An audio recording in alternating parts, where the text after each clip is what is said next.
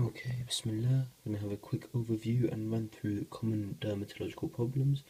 We'll be talking about the common dermatological problems and their treatments. So we'll start off, why is dermatology important? So skin, let's just focus.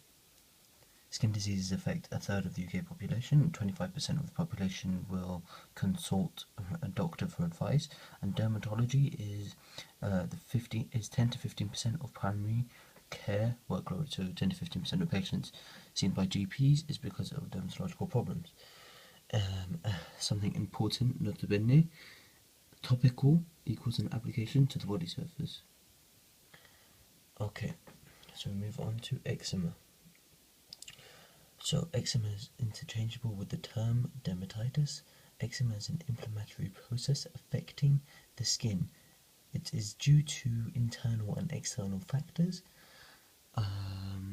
It may be, so that says itch, looks like a H, but it says itch, red, dry and cracked skin.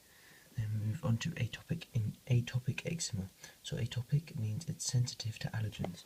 And here is a picture of atopic eczema.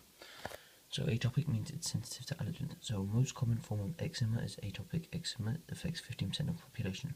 It's usually present in children where there's a major onset under 5s. It's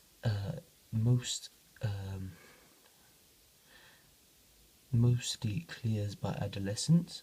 In most cases it clears by adolescence, and it's caused by defect in the skin barrier, causing skin to become susceptible to irritation by soap, irritants, temperature, etc. So sufferers tend to have chronic low-grade rash, which may flare up due to contact with irritants, which would be acute flares. Eczema is associated with allergic rhinitis, hay fever, and asthma. Cool. So now we'll move on quickly onto the histology of atopic asthma. So I think that was supposed to be the histology of atopic eczema, not asthma. I think that's a typo there. Anyway, there is an acute stage. Yeah, there is an acute stage where there is oedema of the epidermis and intraepidermal vesicles which form blisters. So I'm just going to say this is supposed to be histology of atopic eczema, not asthma. Forgive me. Anyway, there's two stages. Acute stage, oedema of the epidermis, which is also called intraepidermal vesicles, which form blisters. And there is a chronic stage. There is a loss of these vesicles and blisters, and the epidermis thickens. This will lead to hyperkeratosis, which is like on my feet again, as I use again. Cool. So the chronic stage is a loss of these vesicles and blisters. So loss of these vesicles, blisters form, and epidermis thickens, which will form hyperkeratosis. So I'll just quickly go through the different stages of atopic eczema in infants, toddlers, and adults. So infantile atopic eczema. So there's a widespread dry, scaly skin. They can be weeping.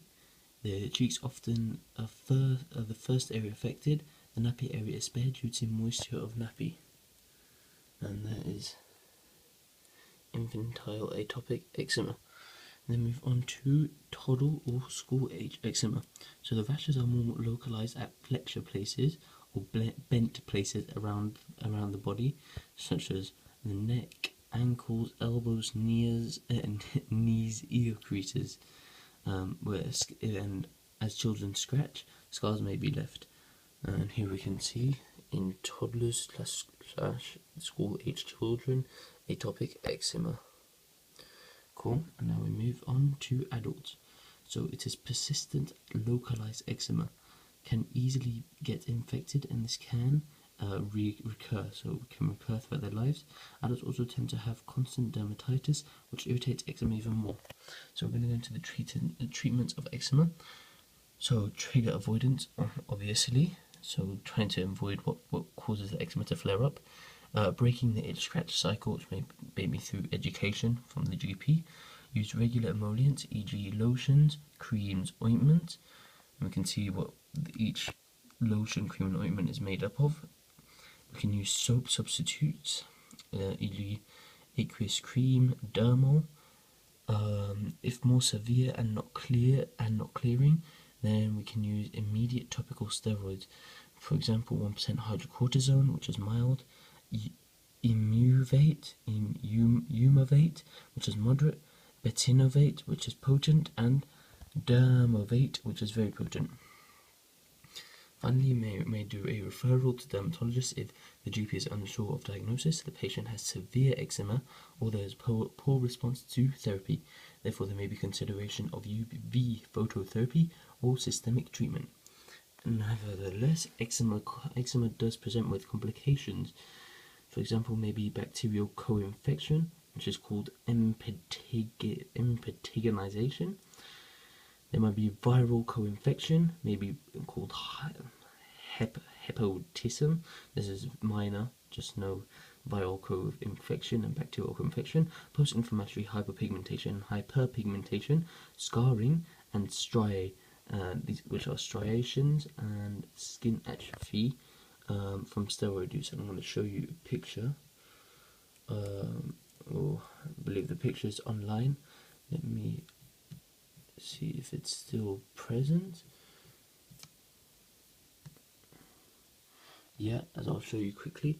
So there is a picture of the striae, which may be due to steroid use. So you get these striae, which are the striations in the skin, and skin atrophy from steroid use, such as hydrocortisone, which is a steroid. And you may also have depression and social impact. Nevertheless, moving on to psoriasis. So, forgive me, anyway, psoriasis.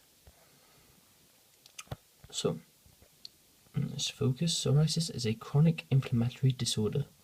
Psoriasis is focal, so it occurs in one particular site. It's well demarcated or distinguished. It means it's like well localized in an area. Yeah, it's well distinguished from each other. It's not like eczema, which is like vast and kind of spread. Psoriasis is well distinguished, as we'll see in the picture, as I'll get for you now, hopefully. And anyway, well, I hope we can get a picture. Let's see, there we are. There is psoriasis. So as you can see, it's well localized. And it's well localized. It's inflamed with oedematous plaques. And here I've highlighted oedematous plaques, oedema. So oedema is inflammation, swelling, oedematous plaques covered with a silvery white scales. So it affects all ages and all genders. Its distribution is usually symmetrical and is on the extensor surfaces. So the extensor surfaces are the sacrum, which is the back and lower back, the elbows, knees, scalp, ears, and soles. A big clue to psoriasis is nail signs. So I'm going to show you what nail signs are. Here is a picture of nail signs. That's a big clue to psoriasis. I think, subhanAllah, it looks horrible. So, histology of psoriasis: normal skin cells are replaced every 28 days. So normal skin cells are replaced every 28 days, but in psoriasis the turnover of skin cells is 6 days. This causes a build-up of skin cells, creating the silvery white scales. So you get this build-up of skin cells, creating the silvery white scales. The disordered maturation of keratinocytes will cause hyperproliferation and thickening of the epidermis. So this is basically a posh way of saying there's a build-up of skin cells. So a posh way of saying build-up of skin cells is a disordered maturation of keratinocytes, which will cause hyperproliferation and thickening of the epidermis. Moving on to the treatments: emollients, topical steroids, refer to dermatologists for UV phototherapy, monoclonal antibodies against TNF. These are the most important treatments: emollients, topical surfaces, and referral to dermatologists if GP is unsure, or if it's getting worse, or it's not being cured.